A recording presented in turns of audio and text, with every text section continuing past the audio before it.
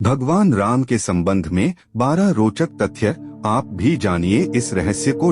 राम यह शब्द दिखने में जितना सुंदर है उससे कहीं महत्वपूर्ण है। इसका उच्चारण राम कहने मात्र से शरीर और मन में अलग ही तरह की प्रतिक्रिया होती है जो हमें आत्मिक शांति देती है।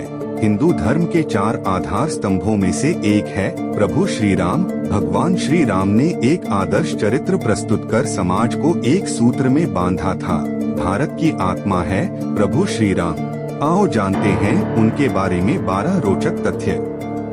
राम का जन्म। भगवान राम एक ऐतिहासिक महापुरुष थे और इसके पर्याप्त प्रमाण हैं। शोधानुसार पता चलता है कि भगवान राम का जन्म 5114 ईस्वी पूर्व हुआ था। चैत्र मास की नवमी को रामनवमी के रूप में मनाया जाता है। उपरोक्त जन्म का समय राम की वंश परंपरा और उनकी पीढ़ियों से भी सिद्ध होता है। अयोध्या के इतिहास और अयोध्या की वंशावली से भी यह सिद्ध होता है। राम पर लिखे ग्रंथ। प्रभु श्री राम पर वैसे को कई ग्रंथ लिखे गए, लेकिन वाल्मीकि कृत रामायण ही प्रमाणिक ग्रंथ माना जाता है। यह मूल संस्कृत में लिखा गया ग्रंथ है। तमिल भाषा में कंबन रामायण, असम में असमी रामायण, उड़िया में विलंका रामायण, कन्नड़ में पंप रामायण, कश्मीर में कश्मीरी रामायण, बंगाली में रामायण पांचाली, मराठी में भावार्थ रामायण आदि भारतीय भाषाओं में प्राचीन काल में ही रामायण लिखी गई। मुगल काल में गोस्वामी तुलसीदास जी ने अवधी भाषा में रामचरितमानस लिखी जो कि हिंदी भाषा और उससे जुड़े राज्यों में प्रचलित है।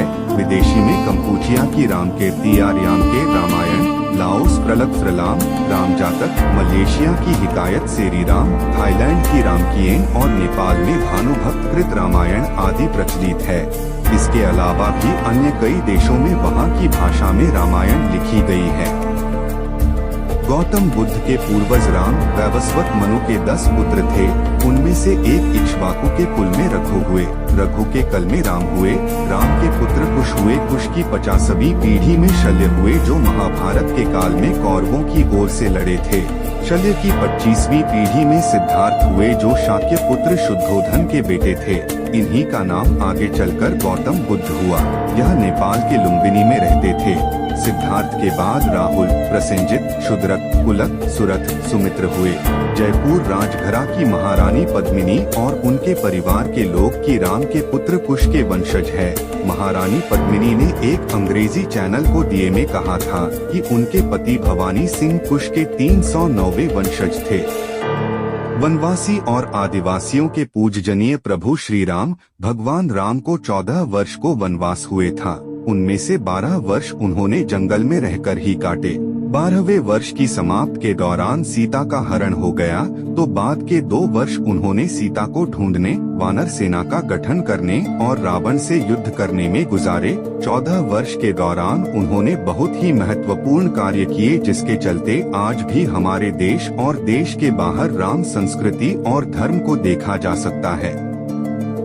प्रभु श्री राम ने वन में बहुत ही सादगी भरा तपस्वी का जीवन जिया। वे जहाँ भी जाते थे तो 3 लोगों के रहने के लिए एक झोपड़ी बनाते थे। वहीं भूमि पर सोते, रोज कंदमूल लाकर खाते और प्रतिदिन साधना करते थे। उनके तन पर खुद के ही बनाए हुए वस्त्र होते थे। धनुष और बाण से वे जंगलों में राक्षसों और हिंसक पशुओं से सभी की रक्षा करते थे। इस दौरान उन्होंने देश के सभी संतों के आश्रमों को बर्बर लोगों के आतंक से बचाया। अत्रि को राक्षसों से मुक्ति दिलाने के बाद प्रभु श्री राम दंडकारण्य क्षेत्र में चले गए जहां आदिवासियों की बहुलता थी।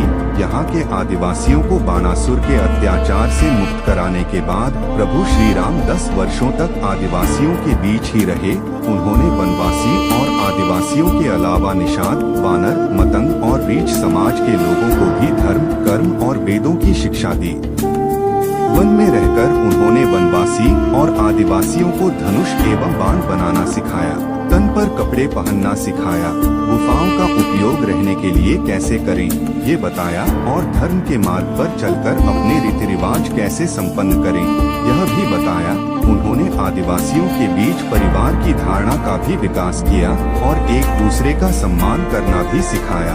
उन्हीं के कारण हमारे देश में आदिवासियों के कबीले नहीं समुदाय होते हैं। उन्हीं के कारण ही देश भर के आदिवासियों के रीति रिवाजों में समानता पाई जाती है। भगवान श्री राम ने ही सर्वप्रथम भारत की सभी जातियों और संप्रदायों को एक सूत्र में बांधने का कार्य अपने 14 वर्ष के वनवास के दौरान किया था। एक भारत का निर्माण कर उन्होंने सभी भारतीयों के साथ मिलकर अखंड भारत की स्थापना की थी। भारतीय राज्य तमिलनाडु, महाराष्ट्र, आंध्र प्रदेश, मध्य प्रदेश, केरल, कर्नाटक सहित Nepal, Laos, Kampuchea, Malaysia, Cambodia, Indonesia, Bangladesh, Bhutan, Sri Lanka, Bali, Java, Sumatra और थाईलैंड आदि देशों की लोक संस्कृति व ग्रंथों में आज भी राम इसीलिए जिंदा हैं। शिवलिंग और सेतु बनवाया। 14 वर्ष के वनवास में से अंतिम 2 वर्ष प्रभु श्री राम दंडकारण्य के वन से निकलकर सीता माता की खोज में देश के अन्य जंगलों में भ्रमण करने लगे और वहां उनका सामना देश की अन्य कई जातियों और वनवासियों से हुआ। उन्होंने कई जातियों को इकट्ठा करके एक सेना का गठन किया और वे लंकी ओर चल पड़े। श्री राम की सेना ने रामेश्वरम की ओर कूच किया। महाकाव्य रामायण के अनुसार भगवान श्री राम ने लंका पर चढ़ाई करने के पहले यहाँ भगवान शिव की पूजा की थी। रामेश्वरम का शिवलिंग श्री राम द्वारा स्थापित शिवलिंग है। इसके बाद प्रभु श्री राम ने नल और नील के माध्यम से विश्व का पहला सेतु बनवाया था और वह भी समुद्र के ऊपर। आज उसे राम सेतु कहते हैं, जबकि राम ने इस सेतु का नाम नल सेतु रखा था। रामायण के सबूत जाने माने इतिहासकार और पुरातत्व शास्त्री अनुसंधानकर्ता डॉक्टर राम अवतार ने श्री राम और सीता के जीवन की घटनाओं से जुड़े ऐसे 200 से भी अधिक स्थानों का पता लगाया है, जहां आज भी तत्संबंधी स्मारक स्थल विद्यमान हैं, जहां श्री राम और सीता रुके या रहे थे। वहां के स्मारकों, भित्तिचित्रों, गुफाओं आदि स्थानों के समयकाल की जांच पड़ताल वैज्ञानिक तरीकों से की। इन स्थानों में से प्रमुख के नाम हैं: सरयू और तमसा नदी के पास के स्थान, प्रयागराज के पास श्रृंगवेरपुर तीर्थ, सिंगरौर में गंगापार कुरईगा, प्रयागराज चित्रकूट मप्रक, सतना मप्रक, दंडकारण्य के कई स्थान, पंचवटी नासिक, सर्वतीर्थ, पर्णशाला, तुंगभद्रा, शबरी का आश्रम, ऋषमुख पर्वत, कोडीकरई, रामेश्वरम, धनुषकोडी, राम सेतु और नुवारा एलिया पर्वत श्रृंखला। 7 रामायण के प्रमाण। श्री वाल्मीकि ने रामायण की संरचना श्री राम के राज्याभिषेक के बाद वर्ष 5075 ईपू के आसपास की होगी। 1412 श्रुति स्मृति की प्रथा के माध्यम से पीढ़ी दर पीढ़ी परिचालित रहने के बाद वर्ष 1000 ईपू के आसपास इसको लिखित रूप दिया गया होगा। इस निष्कर्ष के बहुत से प्रमाण मिलते हैं। रामायण की कहानी के संदर्भ निम्नलिखित रूप में उपलब्ध हैं। कौटिल्य का अर्थशास्त्र 4वीं शताब्दी ईपू। बौद्ध साहित्य में दशरथ जातक 3री शताब्दी ईपू। कौशाम्बी में खुदाई में मिली टेराकोटा पक्की मिट्टी की मूर्तियां 2री शताब्दी ईपू। नागार्जुनकोंडा आंध्र प्रदेश में खुदाई में मिले स्टोन पैनल 3री शताब्दी। नचारखेड़ा हरियाणा में मिले टेराकोटा पैनल 4वीं शताब्दी। श्रीलंका के प्रसिद्ध कवि कुमार दास की काव्य रचना जानकी हरण 7वीं शताब्दी आदि। 8 ऐसा था राम का काल। राम के काल में नदी में नाव और पोत चलते थे। इसी काल में कुछ लोगों के पास विमान भी होते थे, जिसमें 4 से 6 लोग बैठकर यात्रा कर सकते थे। रामायण के अनुसार रावण के पास वायुयानों के साथ ही कई समुद्र जलपोत भी थे। रामायण काल में शतरंज खेला जाता था। इस खेल का आविष्कार लंका के राजा रावण की रानी मंदोदरी ने किया था। तब इसे चतुरंग कहा जाता था। यह भी कहा जाता है कि राम के काल में पतंग भी उड़ाई जाती थी। राम रावण युद्ध केवल धनुष बाण और गदाभाला जैसे अस्त्रों तक सीमित नहीं था। कहते हैं कि युद्ध के दौरान राम सेना पर सद्धासुर ने ऐसा विकट अस्त्र छोड़ा जिससे सुवेल पर्वत की चोटी को सागर में गिराते हुए सीधे दक्षिण भारत के गिरी को भी समुद्र में गिरा दिया था।